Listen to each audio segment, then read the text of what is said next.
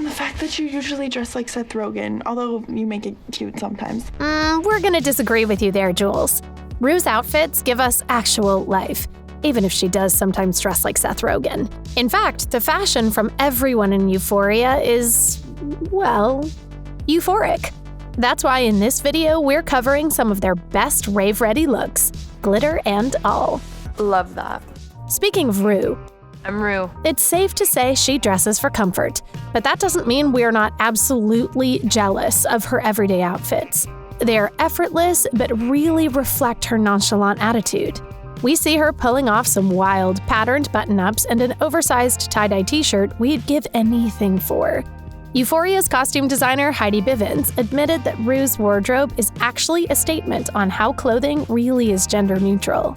The carnival that happened in episode 4 of the series is intense, both emotionally and fashion-wise. Rue's outfit is pretty on brand, but the magic lies in her makeup.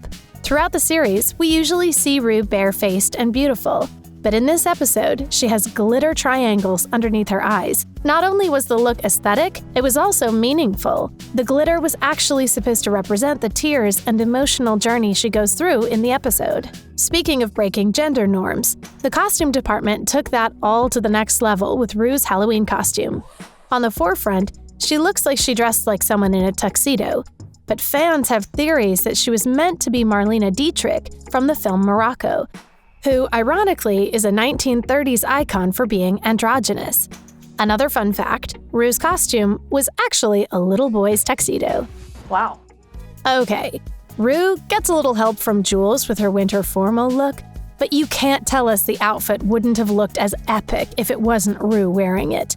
This might be the most traditionally feminine outfit we see her wear, but in Rue-like fashion, she pairs the dress with an oversized blazer and a pair of tights. Somebody get her on the cover of Vogue already. Thank you. Of course, Jules couldn't have come up with Rue's winter formal look without being unfairly fashionable herself. She was actually meant to be eye candy to the camera. Her anime-inspired wardrobe and out-of-this-world makeup was like a breath of fresh air in an otherwise pretty dark series. She was so unapologetically herself, even in the way she dresses. It's inspirational. Just like Rue's glitter tears, Jules' looks represented her mood and changed when she did. Her looks get more whimsical when she's falling in love. Remember her cloud eye makeup? Rue, this is the difference between, you and me. Iconic. But when we leave Jules, she's going through a bit of a dark period. Her cotton candy pink hair turns into black highlights. And we even see her cry neon orange tears in the city club during episode 7. We saw a completely different side of Jules here. Jules' winter formal look is also a far cry from her short skirts and crop tops we see her wear at the beginning of the series. The two sparkly pieces are more mature and sophisticated, while also being so perfectly suited to Jules. According to the costume designer, her fashion change is actually because she's no longer dressing for approval from men. She's dressing for herself, as she should.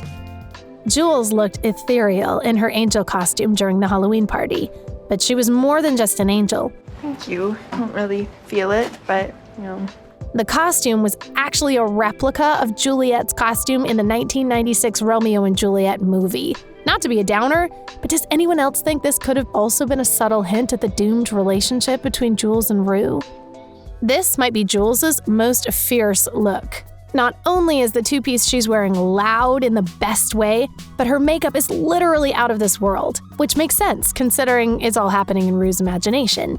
Who even came up with the idea of gluing spikes around her eyes? We're not complaining, we're just impressed. Kat starts off as a quiet teen whose fashion is very thrifty and very on-brand for Gen Z. Her outfits were actually inspired by Thora Birch's character in Ghost World.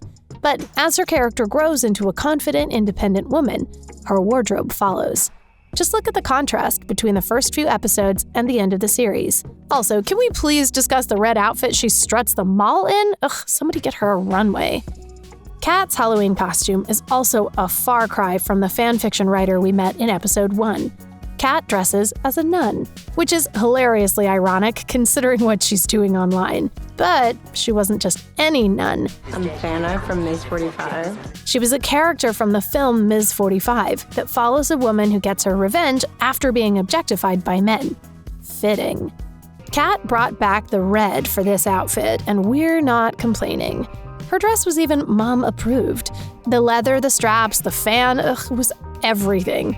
She was red, fierce, and unstoppable. Her neon makeup was the finishing touch and very Euphoria.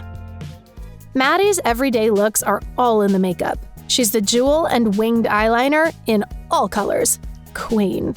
Her outfits drip confidence no matter what she wears. Let's be real, she could wear a bag and we'd still be placing a crown on her head. Whether it's her adorable fuzzy two-piece or epic cheerleading looks, any scene Maddy is in, her clothes come to slay.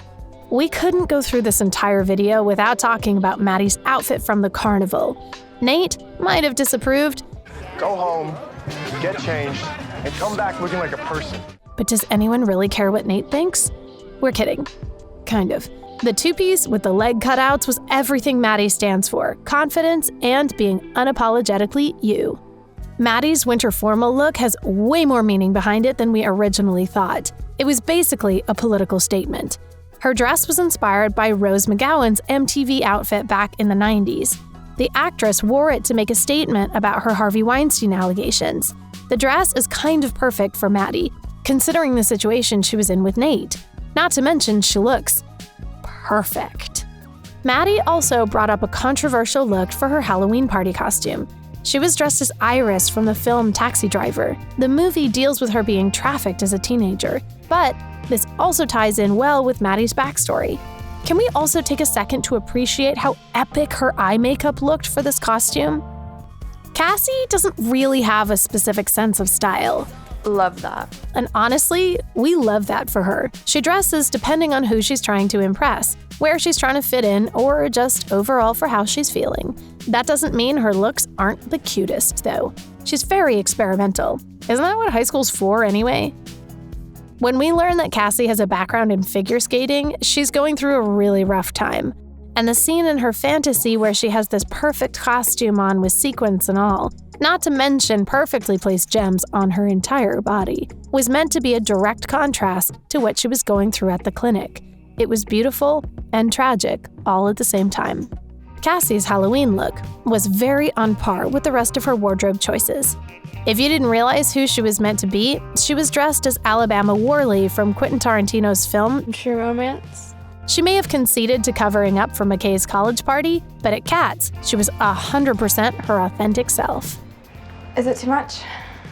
No. Absolutely not. Wow. There's no deep meaning behind Cassie's winter formal look. It was just pretty and pink and feminine. The slip dress was a Gen Z dream, let's be real. Looking at this dress, we could totally tell that the creators weren't lying when they said they took fashion inspo from Instagram. Nonetheless, she looked stunning. It's true. Euphoria has broken the norm when it comes to young adult television. That includes their bold fashion choices. They make the eccentric blend in with Gen Z seamlessly. What was your favorite Euphoria look? Is it even possible to choose? Let us know in the comment section below. Don't forget to hit that subscribe button and give this video a like. We'll catch you later.